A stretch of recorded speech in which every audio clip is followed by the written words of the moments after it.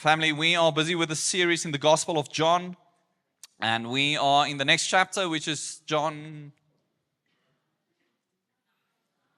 9. Yes, we are in John 9. Okay. Thank you for those who come to church every Sunday that know where we are in the Bible. And there's a few things as a parent that I absolutely love. Okay, and those who are parents will maybe agree with me, and you would enjoy this part as well. But my favorite part as a parent, or one of the favorite part as a parent, is for me to teach Amu how to pray. Okay, so she's 5 years old, and every night I get to put her to bed, and then I usually read her a part of Scripture, of the Bible, teach her a principle of Scripture that she can take with her, and then I teach her how to pray into that principle, and also specifically what to pray for. Okay, so how do we pray? And usually I let her pray first, and then afterwards I pray, and then I'll also address those things. And then what's very interesting, the next night when I pray, or when she gets to pray, I will hear how that develops and is really set as a foundation in her what to pray for. So I show her how to pray, I listen how she prays, and then I pray, and then I see how God is working in her, that she gets to realize who Jesus is. Okay, and then specifically to pray for other people. Well, what's amazing in young people and in your children, that if you ask them to pray, okay, for some of us we would pray and it's like, you will never pray when other people are here. Okay, we're still in the building phase. Okay, we're still training, but if you're going to pray that in front of other people, they're going to think, we are busy with absolutely cultish vibes here. Okay, we can't pray those things, and we can't pray that people leave us, and we can't pray let people go, etc. But I see how Amu pray, and then usually I'll pray and I'll say, Lord, thank you that you are our provider. You provide everything for us. So thank you for our house. We get to live here because you provide our house for us. So now what happens is Amu will pray and she will say, Lord, thank you for our house. Thank you for my room. Thank you for my bed. Thank you for my duvet. Thank you for my cupboards. And then she will open up her eyes, and I can see she's looking around the room. And then she's literally just saying thank you for every single thing she can say. And then lastly, she will pray like, Lord, thank you for my light bulb. Okay? She's laying on her back and she's praying, and that's like the last thing she can say, because she can't say the word ceiling, or she doesn't know you call it the ceiling. So she will at least just pray for the light bulb. And then ever so often we will drive past, just the street down here, and you will see the people living on the street. Okay?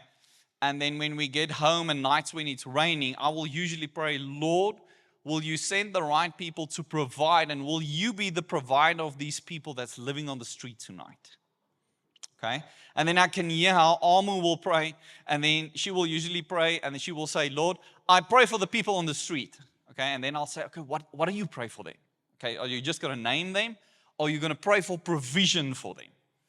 And then we'll go through that, and then usually when she's done and she prayed, and then she'll ask me to pray, and then after I pray, she's like, yeah, next time I'll say it in that way when I pray. But then she usually has a question, and this popped up a few weeks ago, and it boils down to the sermon this morning, where she says, she would ask me, Papa, why do people live on the streets? Okay, and then you get those questions from your children that stops you in your tracks, that you need to give a good answer for. And you know that whatever you're going to answer here now is going to form a lot of their thought process and how they see other people, right? You don't want to walk next time on the street and say, no, it's because they were lazy, okay? And because they're lazy, they live there. And then next time you walk on the street, Amu will walk up to them and say, stop being lazy, okay? So I know I need to disciple her well, because she's got quite a extroverted personality that at times she's got a lot of boldness, and then she will walk up to people and tell them, my daddy said this, and then, she will call them out for that. So there's ways to address this. Well, family, this is not only true for our children. This is a question that we all struggle with that, and that is, how can a good God allow evil? How can a good God allow evil? And we ask this question about what are the Lord going to do about the extreme evil in the world? We look at the war and we see people starting certain camps about, hey, how can people lose lives and how can this person do this? And then you're like, hey, what's happened to the person? And what happened 100 years ago and what happened 50 years ago and what happened 10 years ago? And we form camps according to the fact that we feel that there's evil in the world. And where is God in the midst of this? Why do you allow it, Lord? And why don't you stop it? Why doesn't God stop the wars? Why doesn't He stop the brokenness of the world? If He's an almighty God and He's just so perfect and he can, with one word, speak and everything will change, why doesn't He? And this has been a question in people's hearts since the beginning of time. Jesus even addresses this when He says that the rain falls on the just and the unjust. Meaning good things happen and bad things happen, and it happens to the righteous and the unrighteous. Now, this is the reality of the passage that we're going to deal with today. We're going to read that as Jesus is leaving the temple, in John 8 at the end, we see that they are picking up stones to throw at Him. Why? Why do they want to kill Him? Because Jesus said He is I am. He said He is the I am. He continues with the I am statements, and we know that there's 7 times He's going to talk in allegory, He's going to use imagery through it, but at least 23 times through the Gospel of John, He uses the Greek word emi-aguo, which is the same word that God used when He spoke to Moses in the bush, when He said, tell Pharaoh that I am sent you. Okay? Jesus calls Himself the I am. And because of that, they understand this, they hear this, and they pick up stones to kill Jesus. And at the end of chapter 8, but Jesus hid Himself and went out of the temple. So that's where we find ourselves in this chapter. And we're going to pick up there in chapter 9, verse 1. And as He passed by, He saw a man blind from birth. And His disciples asked Him, Rabbi, who sinned, this man or his parents, that he was born blind? Jesus notices a blind man, and the disciples realize that they have this question of good and evil. The disciples then use this man as a prop for their question. Okay? They don't see this man and they show compassion. They see this man as a prop to their question. Okay, now often I meet people, okay, and people will come with a lot of theological questions and they will ask me certain things, but unfortunately, people don't see compassion or don't have compassion over people. They just say things and uses other people as props. Okay? They use people as props and they will use examples in people's lives and they will fill their stories with questions and abuse people as props in their questions. And in a similar way, we see the disciples has been doing this 2,000 years ago. It's nothing new under the sun. Doesn't make it okay. But it means that sometimes we need to address certain topics and certain questions that's really hard to answer without using people as props. Amen? Now, this is an interesting question. They ask, who sinned? Who sinned? This man or his parents, that he was born blind? Why do they ask this? Well, in the Jewish belief at this time, they believed in cause and effect. Cause and effect. Okay? Meaning, when you do certain things, there's things that follow. Okay? When you sin, there's a direct equivalent to what happens to you. Okay? So they understood this man is blind because of a cause. What's the cause? Either he sinned or his parents sinned. Okay? That's just their worldview. It's part of their belief system. It's how they believe. And they are walking with their rabbi, the one who's teaching them. And they're using this man as a prop to deliberately come and ask a question to their rabbi. Okay? We also see that Job's friends did this, right? That is exactly the same thing. They also accused him of sin for the cause of his pain that he had in his life. Now we know that this is not true because there are so many examples in the Bible of men who went through the most horrendous things in their life and they continued and they pressed through living godly lives. Then we find people living terrible lives and experiencing wealth and happiness.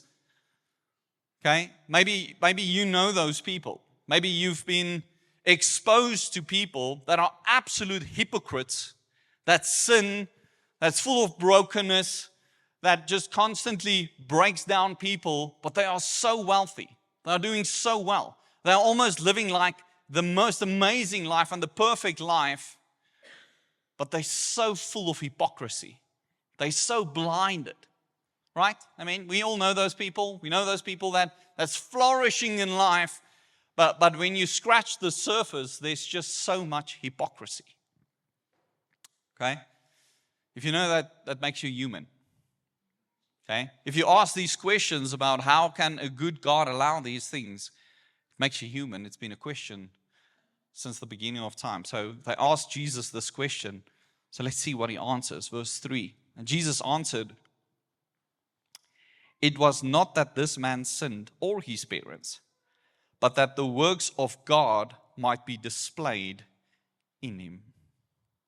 Meaning, it is not this man or his parents who sinned, but it is so that God can use this to do a miracle.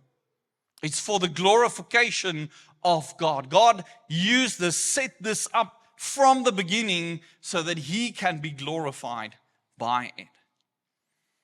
So for this man's whole life, he was blind. He was born blind to this very day. Why? Not because of sin, not because of his sin, not because of his parents' sin, but so that God can be glorified. So that the Son of Man, Jesus, on this day can be shown and receive the glory before all these people. How convicting. Verse 4. We must work the works of him who sent me while it is day. Night is coming when no one can work. And as long as I'm in the world, I'm the light of the world. Now, we addressed I'm the light of the world last week. No, I'm not necessarily going to focus on that again. You can go and listen to that sermon. But Jesus says that during the day, okay, I'm here, and there's coming a time. There's certain times where things need to happen, okay? And there's a time that this too will pass, okay? There's certain things that the Lord has set up in your life to come to pass, and then there's a time when that time is going to pass as well. There's certain things in your life that God is going to set up for you to go through trials and tribulations and things you need to go through for the glory of God that will pass. And Jesus says he's here and the time is now, okay? And God has made this man blind since birth, okay? And the time is now for that to be shown to everybody that he is the Son of Man. He is here, and the reason that this man was born blind, okay, is for the glory of God, and that time is now. The glory of God is to be shown now. That's where we are. It's this day. It's not a different day.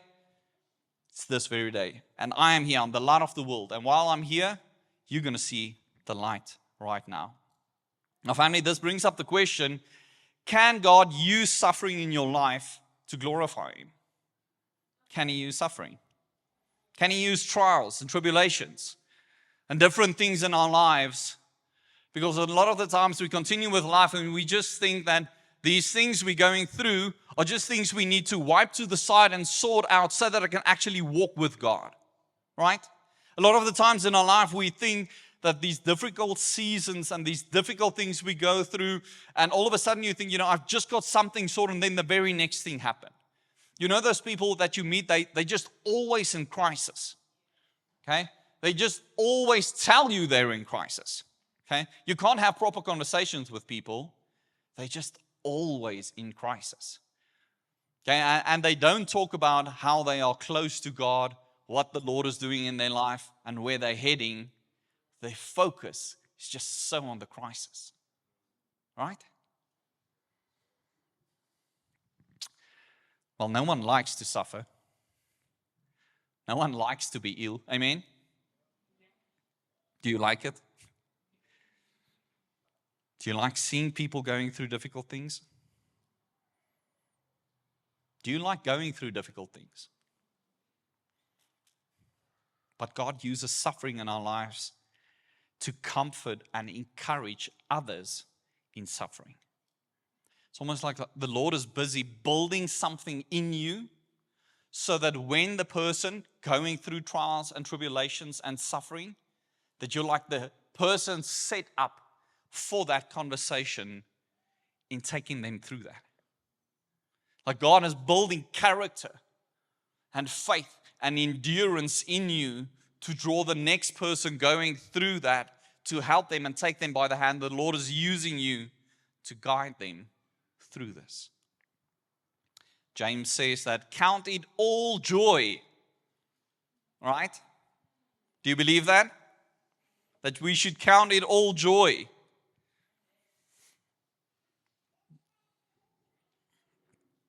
When something difficult comes up, do you say, praise God? Praise God that I'm going through a trial this week.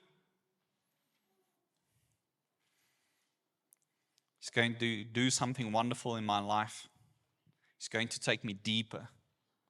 He's busy building something in me for what He wants to use and where He wants to take me and what He's doing in the body of Christ. But family, that's not our immediate response, right? James says we ought to count it all joy when we go through various trials and tribulations. Why? Because the trying of our faith produces patience and perseverance. It strengthens us. It solidifies us that nothing of this world can take you through it but the grace of God. There's nothing that you can do that actually you can run to the Lord and that He can be the comforter. The Holy Spirit, the promised Holy Spirit that's with us to comfort us amidst our suffering, our trials, our tribulations, the things we need to go through. Maybe God puts something in your life because He knows that you can endure for the glory of His name. And then we often ask, but why me, Lord? Why should I be the one to carry this? And He chooses specific people to grow certain people in certain aspects so that every aspect of what the body needs for the glorification of God is in place. There should be a depth in us, understanding what this is about. And when we go through this, that when James says, you should have joy in this, it means that God has not left you. It means that He needs to build something in you for the season that is to come, or just for you to start relying on Him and not your own power. Second thing is also that suffering also corrects us. When I was a child, my parents gave me hidings. Okay, if you do it today in public, you might get into trouble. Okay, but I got proper hidings. Okay, and as a boy, that was needed. Okay, I have a brother that's 18 months to the date younger than me. Okay, so we were basically same size, but he played rugby, I did not. Okay, so he was 2 years younger than me, but he was way stronger than me. Okay, and I couldn't take that. Okay, as a 10-year-old and 11-year-old, I wanted to fight against that. So we constantly had really bad fights. And then my parents would take us somewhere, okay, and my dad would give us a proper hiding. Proper hiding. Okay? They don't do it anymore, okay? I'm all grown up now, so I'm thankful for that. People would call it abuse if they do it now. But the pain inflicted on me as a young boy opened my ears. Okay, there's a direct correlation to your children's bums and their ears. Okay? It says, amen, every parent has children over the ages of 6. Okay? Family, I'm a man here today, and there's something that's been instilled in me and discipline that's been shaped in me, partly about how my parents disciplined me. Okay? So, yes, there's abuse, okay? And we're not talking about the abuse part, but we're talking about good parenting and disciplining. And in trials and tribulations and the things that the Lord put us through, there's discipline of the Lord that also produces character in us. David writes in Psalm 119, And he says, before I was afflicted, I went astray. But now I obey your word. But now I obey your word. There was affliction that was put on him by the Lord so that he can grow in character. C.S. Lewis said, pain plants the flag of truth in the fortress of a rebel soul. Pain plants the flag of truth in the fortress of a rebel soul. We all have aspects to a rebel soul. And there's something of truth and a flag that's being planted into that fortress of our soul.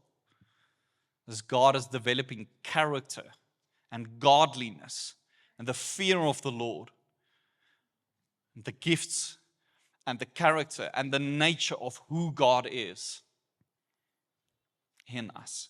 It corrects us. God uses it to grab our attention and to correct our steps and to put us on the right path. Verse 6. And having said these things, he spit on the ground and made mud with the saliva. And then he anointed the man's eyes with the mud. Just a quick question. How much saliva, how much spit do you need to make mud? Okay, have you thought about that? Okay. So sometimes we think, it's just like done. Okay, and then you have this ball of mud. Okay, anybody who's played with sand, okay, Almu loves to play in the ground. Okay, it's constantly a thing at our house, so we had to get one of these sculpies, what do you call it, a shell, okay, that we have to fill up with sand, okay, that's just hygienic and clean, okay, our parents are more hygienic today, okay, and then she doesn't like to play in that, she wants to play in the mud, okay, she wants to go into the garden, but if she needs mud, then if she had to use saliva, spit, to make mud, it's going to be a bit, right? She'll most probably ask for help and water, okay? Because she will just not be able to make enough mud that's sufficient for her to play in, okay? And I'm not trying to be funny when I say this, okay? But often we look at these verses and we're just like, oh yeah, there was sand and Jesus put on and then was all this mud. He is God, so yes, he can just make mud, okay? But he chose to do it in a specific way. Why? Why did Jesus do it in this way? Okay? God can speak everything. The one who spoke everything into existence. Everything that we see, he spoke into existence. Chooses to do it in this manner. Why? Well, I don't know. The Bible doesn't say. Jesus doesn't explain it. Okay? But here's what I do know. What I do know is that when I look at Genesis and when God spoke everything into existence, there was something for them to learn here today. There was something for them to see here today. Something very personal about how Jesus walks with them. Okay? Verse 7. And he said to him, go wash in the pool of Siloam, which means sent. So he went and washed and came back seeing. Our family, here's the reality, is do you see how personal Jesus is? Okay, and when I say that, okay, and you think about the fact that Jesus could have done all his miracles from a distance. God didn't need to come to the earth. He could just spoke and everything would have been done. Jesus could have just been on the earth and they say, okay, well, gather all the blind people. Okay, and then we're going to have a group of blind people here. And then gather all the lame people. Okay, so everybody who can't walk, let them sit here.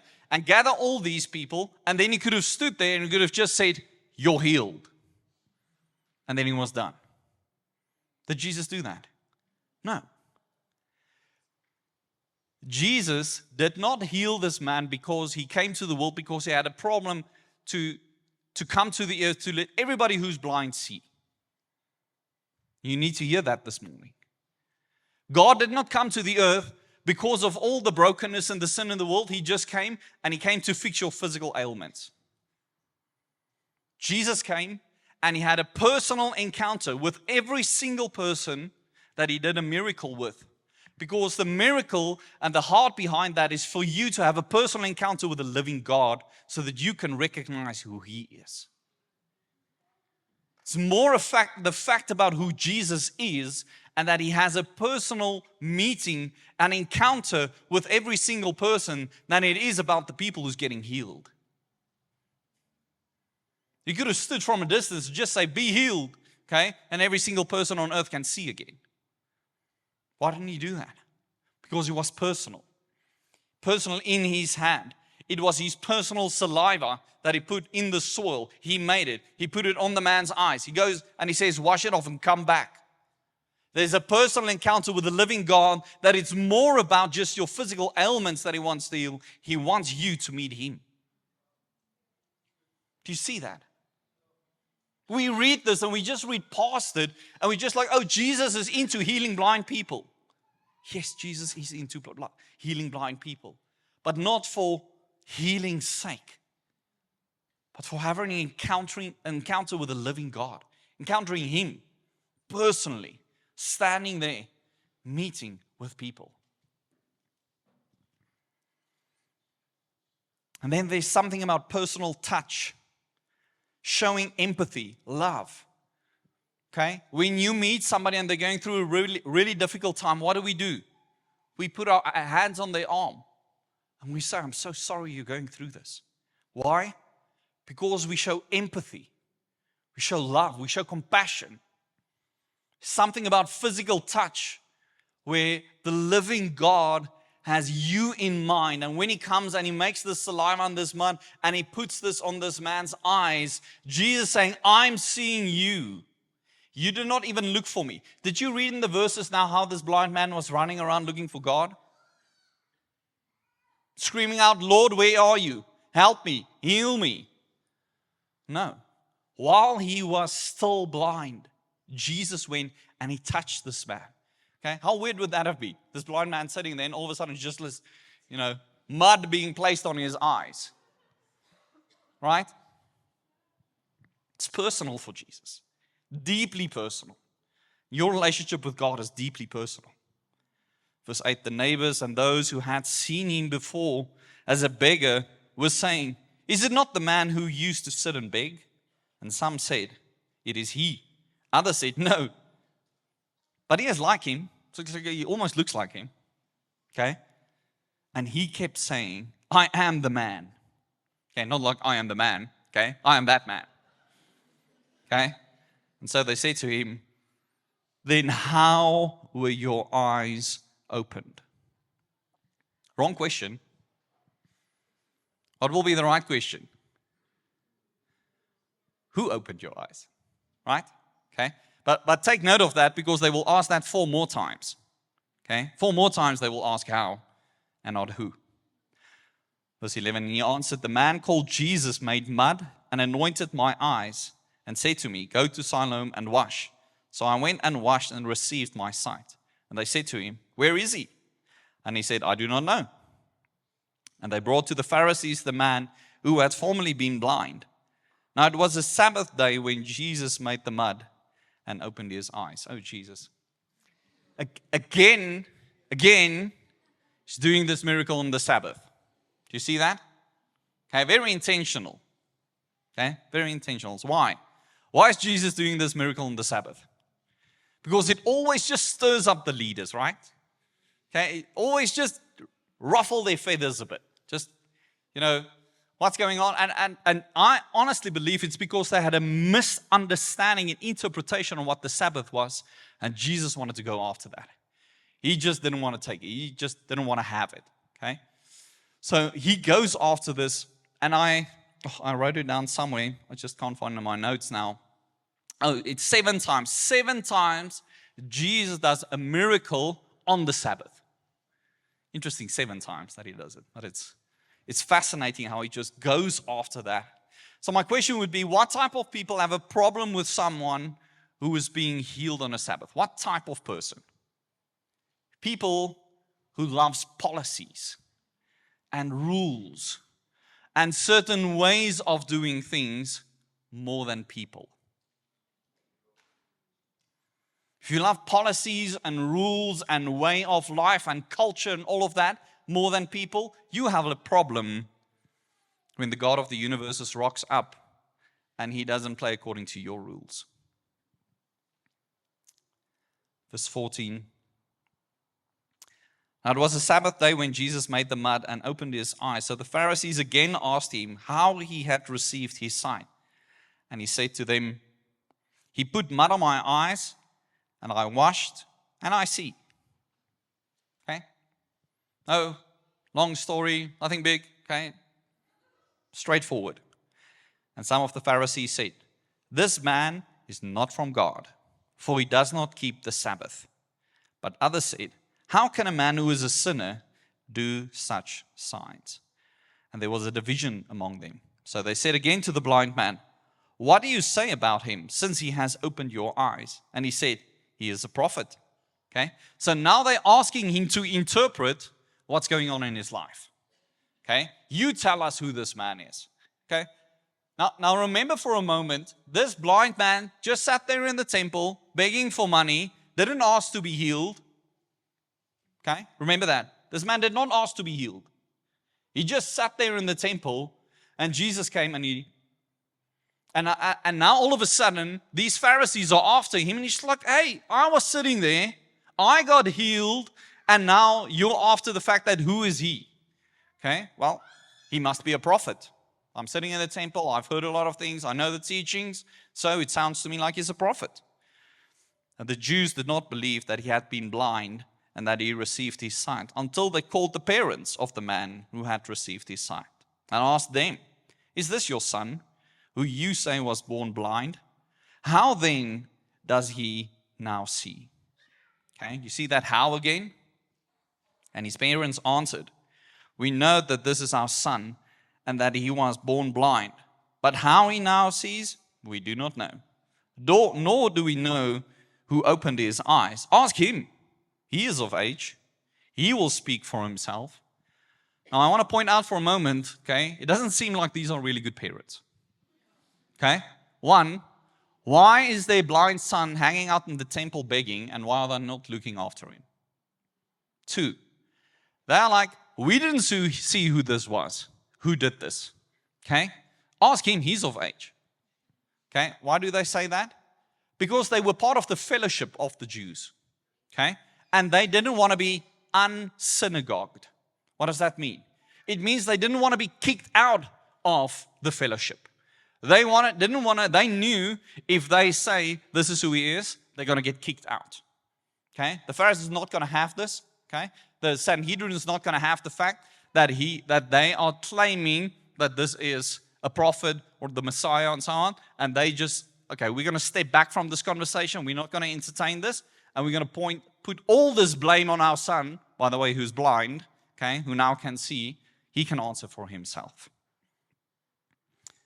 Verse 22, and his parents said these things because they feared the Jews, for the Jews had already agreed that if anyone should confess Jesus to be Christ, he was to be put out of the synagogue.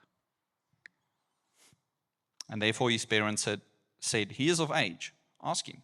So for the second time they called the man who had been blind and said to him, give glory to God. We know that this man is a sinner. Okay? They're calling Jesus, the very Son of God, a sinner. Okay? Not taking away any slurs. You remember the slurs of last week? Okay?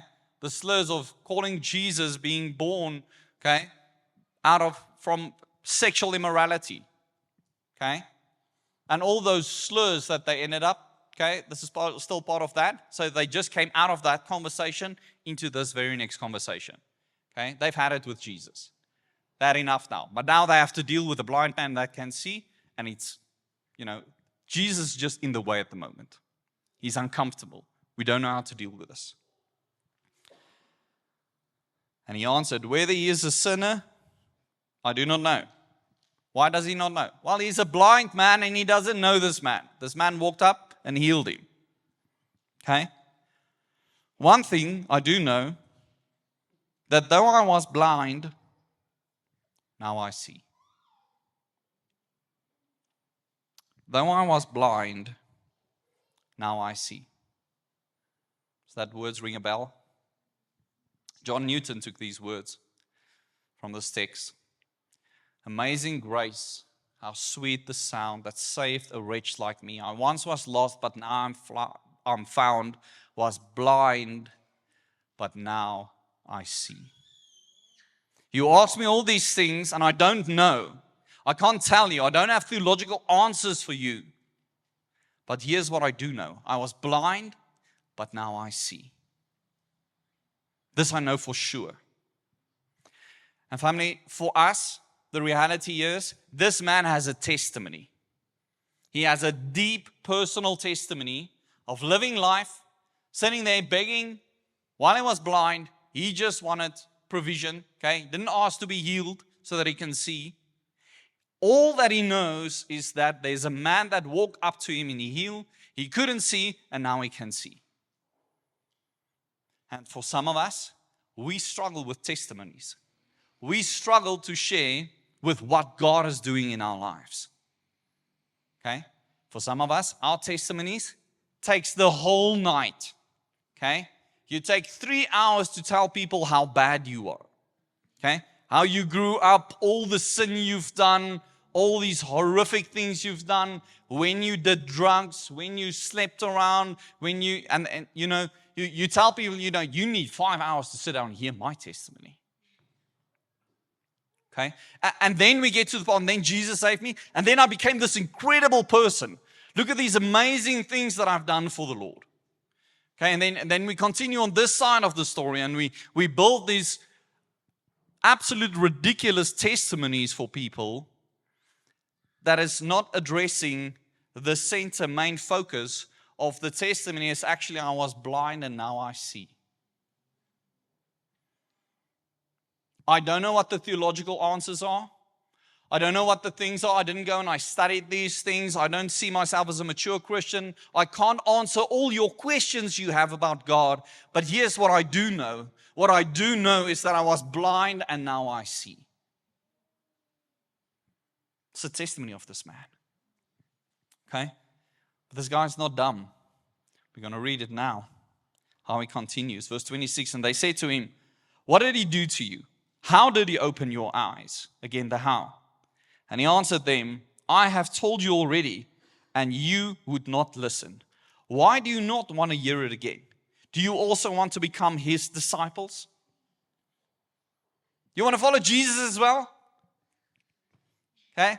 Do you want me to share that again, share that testimony so that you can become the disciples of Jesus? And they reviled him and saying, you are his disciple, but we are disciples of Moses. We know that God has spoken to Moses, but as for this man, we do not know where he comes from. And the man answered, why? This is an amazing thing. You do not know where he comes from, and yet opened my eyes. We know that God does not listen to sinners, but if anyone is a worshiper of God and does his will, God listens to him. Never since the world began has it been heard that anyone opened the eyes of a man born blind. If this man were not from God, he could do nothing. This man uses simple logic. Simple logic. He says, okay, do not know who this man is, but one thing I do know.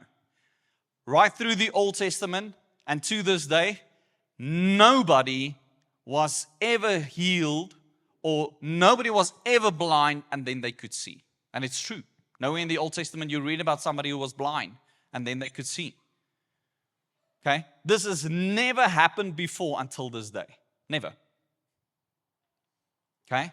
If this is to be true, and the only way that this is possible, okay, is that it's somebody who worships God, and because this man healed me, what does it mean? It means this man worships God. Simple logic. And they can't take this. They're irritated with his response.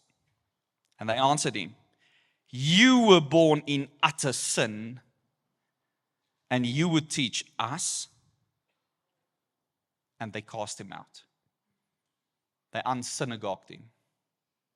Put him outside the fellowship. Put him outside the culture. Sends him out and say, you are not welcome here. That's what people do who don't have good arguments. It's exactly what they did with Jesus when Jesus just spoke the truth. They didn't have answers to him. They just started throwing slurs at Jesus. But look at Jesus' response. Jesus heard that they had cast him out, and having found him. Family, do you hear that? They cast him out, and Jesus found him. They unsynagogued him, put him outside the fellowship, outside the church, excommunicated him. Church guy, okay, we don't want you here. You don't hold to our doctrine, our theology. You don't believe what we believe. You don't believe in the God we serve. Okay, church, you're not welcome back. Go away. Jesus found him. Jesus found him. And he said, do you believe in the Son of Man? Okay, again quoting Daniel. Jesus has been doing so regularly in the temple. Just in his previous discussion, he said that he is the Son of Man. And he answered, and who is he, sir, that I may believe in him? The miracle Jesus did prepared his heart to believe in a Savior.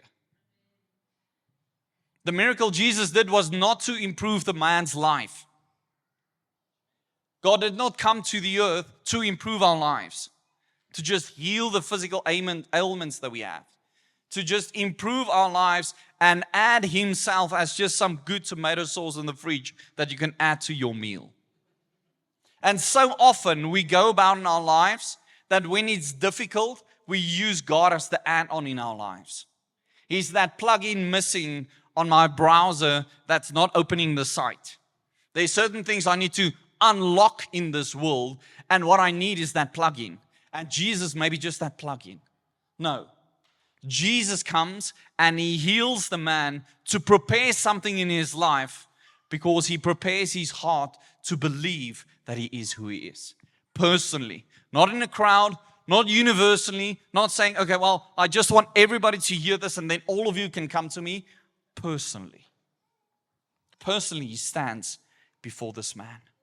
And Jesus said to him, you have seen him, and it is he who is speaking to you. Jesus tells him, I am the Son of Man. I am the one you believe in. It's exactly like the conversation he had with the woman at the well. She says, we're expecting the Messiah. And Jesus says, I am he. I am he. And he said, Lord, I believe. And he worshiped him. He said, I believe. And he worshiped him. And Jesus said, for judgment I came into this world, that those who do not see me, may see. And those who see may become blind. Those who do not see may see, and those who see may become blind.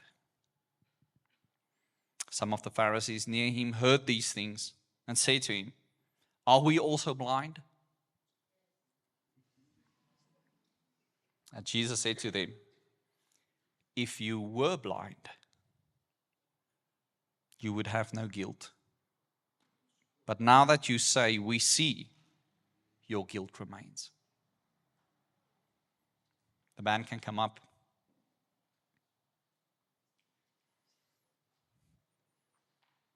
Family, I need you to think about this morning. This man gets cast out of the temple, and the God of the temple finds him.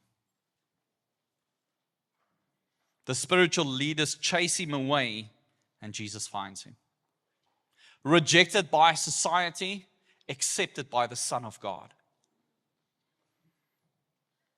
My question is, have you been rejected? Have you been rejected on earth? Are you sitting with trials and tribulations in your life and suffering that God maybe has placed there for a very specific reason to build character in you so that you can glorify Him, so that there's preparation in your heart so that you can say, I believe, and you worship Him? It's so tough for us in this day and age to go through certain things, and there's things that the Lord has drawn our hearts to and prepared us for. Are you ready to respond? Lord, I believe and I worship you. We live in a time where it's getting really tough and really difficult. And yes, the diesel price is going up next week to a place where we don't know what's going to happen. Food is most probably going to become in the next few months at a place where all of us are going to change our diets. Okay? For some of us, that's a good thing. Okay?